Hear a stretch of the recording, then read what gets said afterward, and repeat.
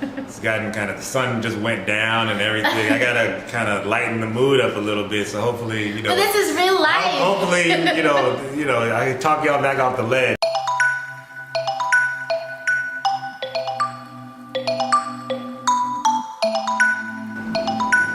Hey everybody, welcome to another episode of House of Ways and Means. We are now full on in 2019. Hopefully you all haven't already given up on your resolutions. We've been promising that we're going to have some behavioral finance content for you guys coming on this channel. And today we are starting with lesson number 1. So, we wanted to do this behavioral finance type of material because we feel like it is a good melding of our two areas of expertise. I'm a finance guy, she's a brain shrinker, head shrinker, whatever you want to call it. Therapist, I'm a licensed therapist. Yeah, whatever. This is kind of where our fields intersect, and we feel like this is really beneficial material, especially to millennials, people like us who are saddled with school debt. Who were saddled.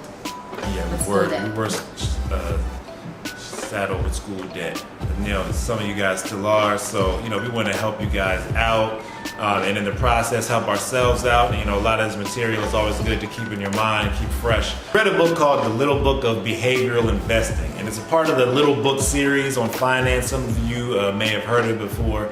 It's written by James Montier. So, big shout out to James Montier and the Little Book series. Several books, many different authors, really good material. So we're going to be referencing that book often when we talk about behavioral finance. And, today we want to just give the basis for what a lot of what our coming content is going to be based on. And that is decision making based on emotions versus logic. So we're going to further, henceforth, refer to that as the emo system, which is making decisions based on emotion, and then the logic system, which is decisions made based on logic. I don't know if you're aware of this, but what has been found in research is that it is more natural for people to make decisions based off of their emotions versus logic. Yeah, but also it's been also generally shown that making decisions on logic is more times than not optimal for your best interest. Now, we don't want to get into a conversation about how, some people are stupid or, all they can do is make decisions off of emotion. Oh, he's such an emotional person. It's not like that. Everybody needs to learn to make optimal decisions for themselves. So it's not a that person thing or this person thing. We all are naturally making decisions for ourselves based on our emotions that end up not being optimal for us. So we want to help you guys make optimal decisions, as well as we want to help continue to make optimal decisions for ourselves as well based on logic. Additionally, I also want to make a note that this is also not referencing emotional intelligence. I know this is a common term that we've been hearing a lot in the psychology field, emotional intelligence, and how people can make decisions based on these emotions. We're not really just talking about one's ability to identify emotions or make decisions based on recognizing other people's emotions and being in touch with what they're experiencing, but more so it's in regards to those clutch decisions. When you're in the heat of a moment, what decisions do you make, and what is the basis for those decisions? Is it driven by logic or is it driven by emotions? And that's more so what we're referring to here. So this whole emotions versus logic discussion is right in Way's wheelhouse as a therapist. So, what do you have as an example of how this is prevalent and shown in society? I think a good example of this is the way that we make decisions in regards to our relationships with other people. When you have a significant other, there are feelings that exist because of your relationship with them, the closeness that you may have, the intimacy that you may share, and sometimes it's difficult to make a decision about that relationship, the health of that relationship, when your emotions are so deeply combined and intertwined with that relationship. So let's take the example of a married couple or just two people that are dating. You're in a relationship with this person, and let's say the woman, every time he does not do something that she asked him to do, she may come home, she may yell at him, she may argue with him, she might call him out of his name, and she might make him feel really behavior as a man. So this is a form of abuse, right? This can be emotional abuse. However, because the man loves her so much, he's not willing to see the abuse that he's experiencing in the relationship. There may not be physical hitting in the relationship that's abusive, but there's still emotional abuse, and that makes the relationship unhealthy. So he, in that situation, continues to make a decision based on his emotions. He makes a decision based on his feelings and his comfort in the relationship and his love for his significant other, that he does not see and recognize that the relationship is really unhealthy. So he's unable to move away from the relationship.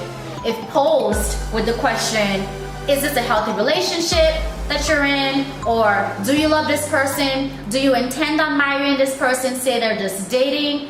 He's gonna say, yes, this is a healthy relationship. Yes, I wanna be with this person. Yes, I wanna marry this person. And from the outside looking in, because we recognize all the flags that exist that demonstrates that this relationship is unhealthy, we're able to point out that he's making a decision really based on emotion versus making a decision based on the logic and the fact that he's being abused. It's easy for people to overlook the things that they're experiencing because of the emotions that kind of come into play with the situation. Wes, you made it. That was a real heavy example. It's gotten kind of, the sun just went down and everything. I gotta kind of lighten the mood up a little bit. So hopefully, you know. But this is real life. Hopefully, you know, I can talk y'all back off the ledge. So in finance, look, a lot of you guys are dealing with debt. You know, everybody's dealing with debt, especially around our age group. So there's two kind of main methodologies for paying off loans that I'm sure you guys have heard of.